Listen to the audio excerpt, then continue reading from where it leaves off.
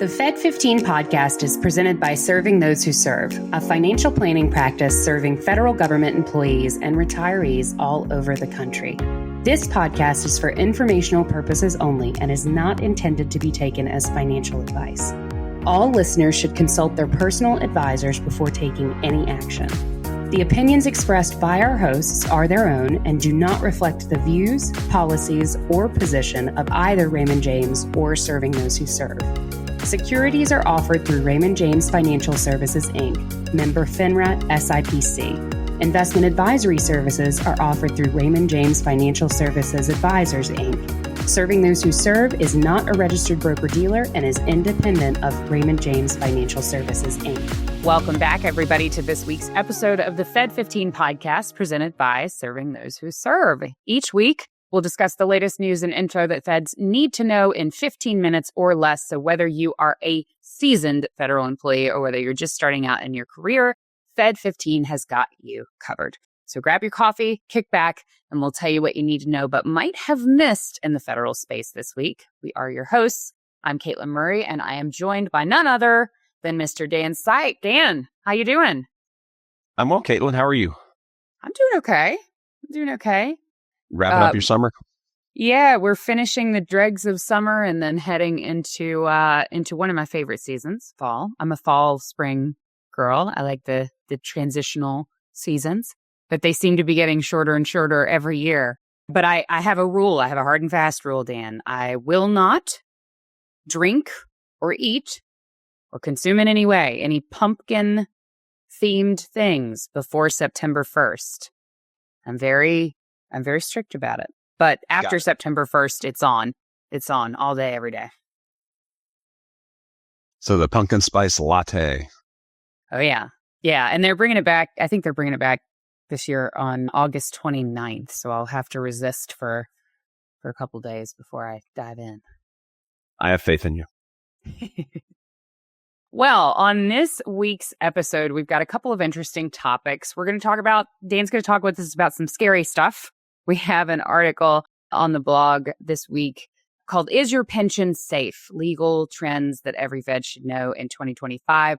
We're going to be covering kind of what made it and what didn't make it into the reconciliation bill. And then just kind of some interesting legal decisions that have kind of impacted how benefits are handled, particularly maybe in court environments. And then I'm going to be yelling at you. I'm going to be talking to you about beneficiary designations and why you should update them and why you should look at them once a year and why you should definitely not set your beneficiary when you started as a Fed and not look at it for 20 or 30 years.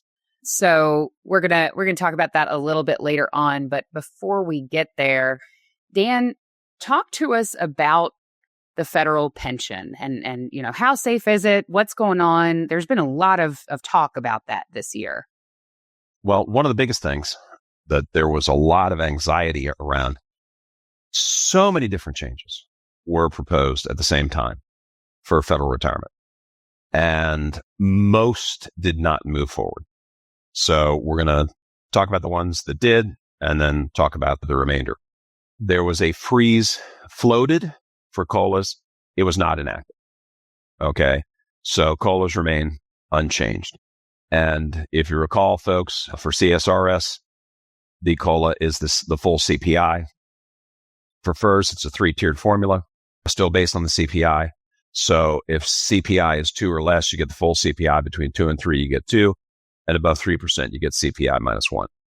The other thing that really had a lot of anxiety was the change from high 3 to high 5.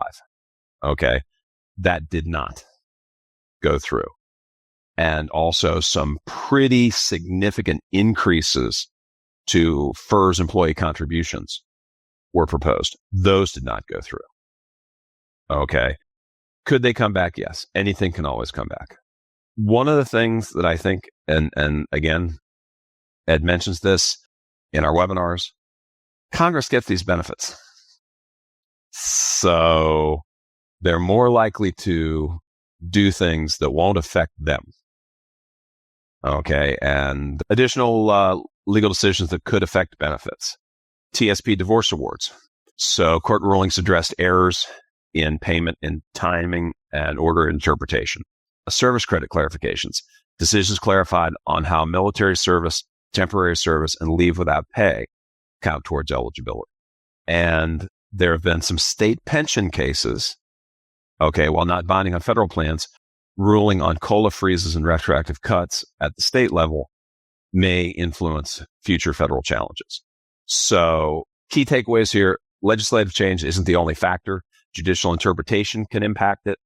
So what to watch? Be informed. Don't live in fear, but drop provisions like the COLA changes, pension formula adjustments, contribution hikes. They may come back in future bills. I'm not saying they will. It could be a while before this loops back through again. But the policy tone presently is shifting towards greater individual responsibility for retirement. Likely landscape could include fewer guaranteed benefits, greater reliance on TSP and outside savings. Know the landscape. Protect your future.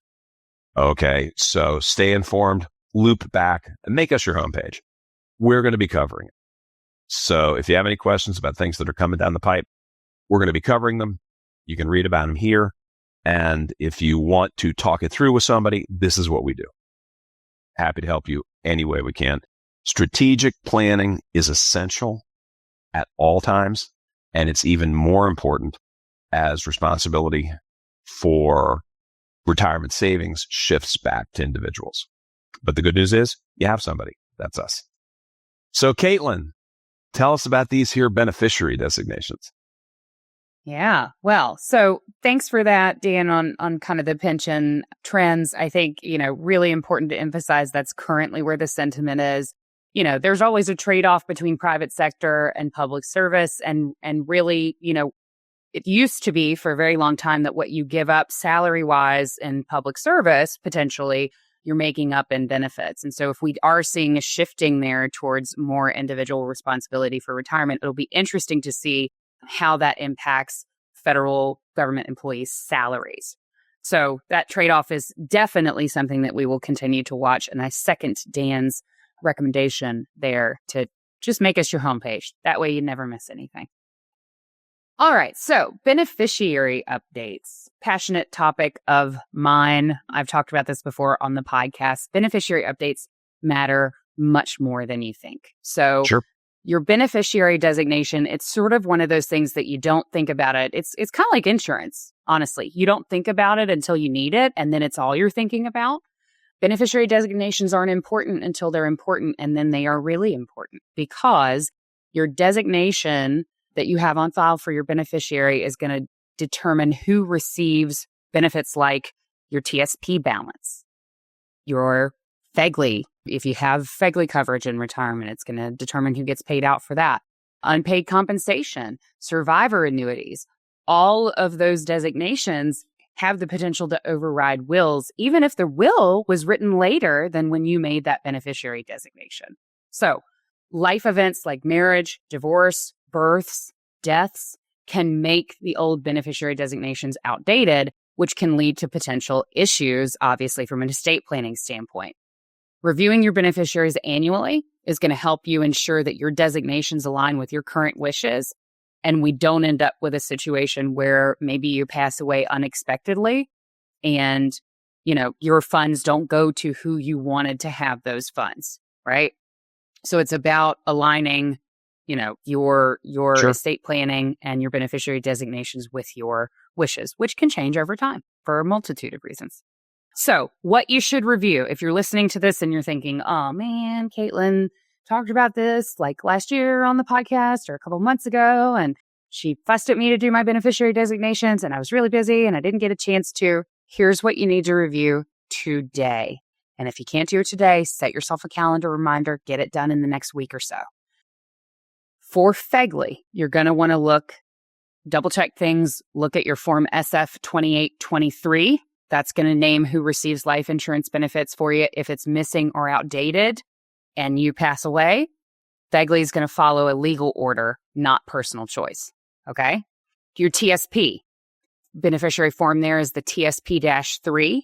That's going to direct who inherits your TSP account funds. I believe you can log in online and potentially get some information there as well. Your TSP is handled separately from your other benefits.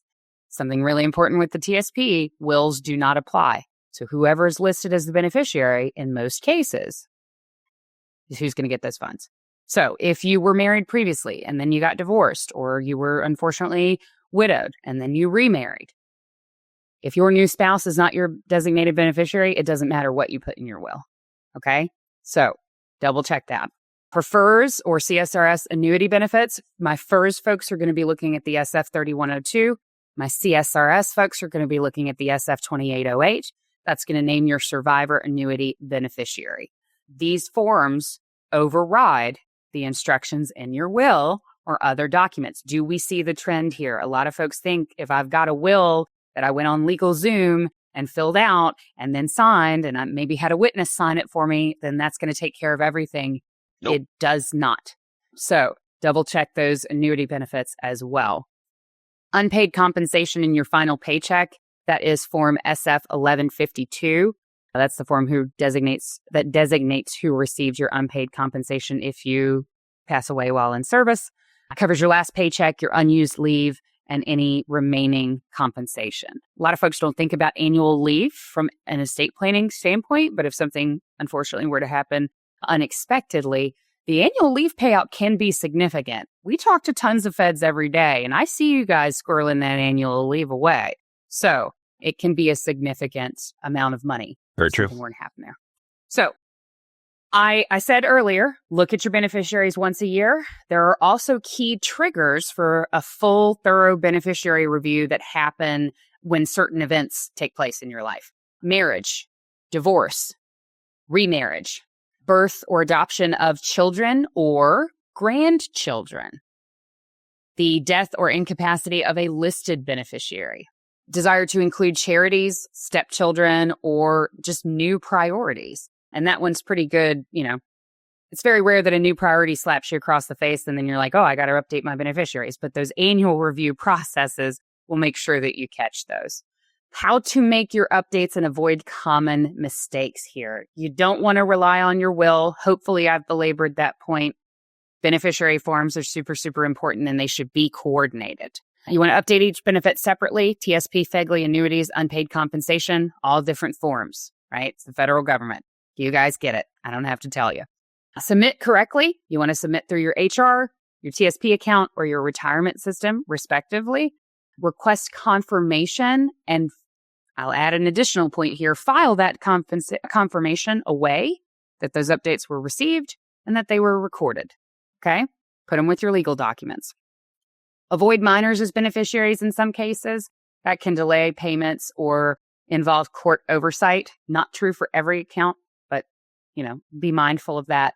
And then while you're adding your beneficiaries, a lot of folks add a primary beneficiary. Go ahead and add a contingent beneficiary to avoid those gaps if the primary is no longer living. If you are married and your spouse is your primary beneficiary, think through this. It's the same thing with listing a spouse as your durable power of attorney.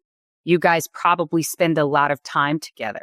That's why you're spouses, because you like each other and you spend time together, ideally. So if something, heaven forbid, were to happen in transit, you ride in a car a lot together, you fly in planes a lot together, have a contingent beneficiary listed. That could be your kids, it could be somebody else, but, kind of whenever possible, try to plan 2 layers of beneficiaries deep, okay? That can help avoid those gaps. So keep your beneficiary designations current. In doing so, you will help protect your assets. You'll reduce legal complications for your beneficiaries and the folks you're leaving behind, and you'll ensure that your wishes are followed if and when you do pass away. Best practice is to review at least once a year. Also review after major life changes. If you are not sure who to list, there's a lot of eccentricities with listing beneficiaries on a taxable brokerage account versus a retirement account.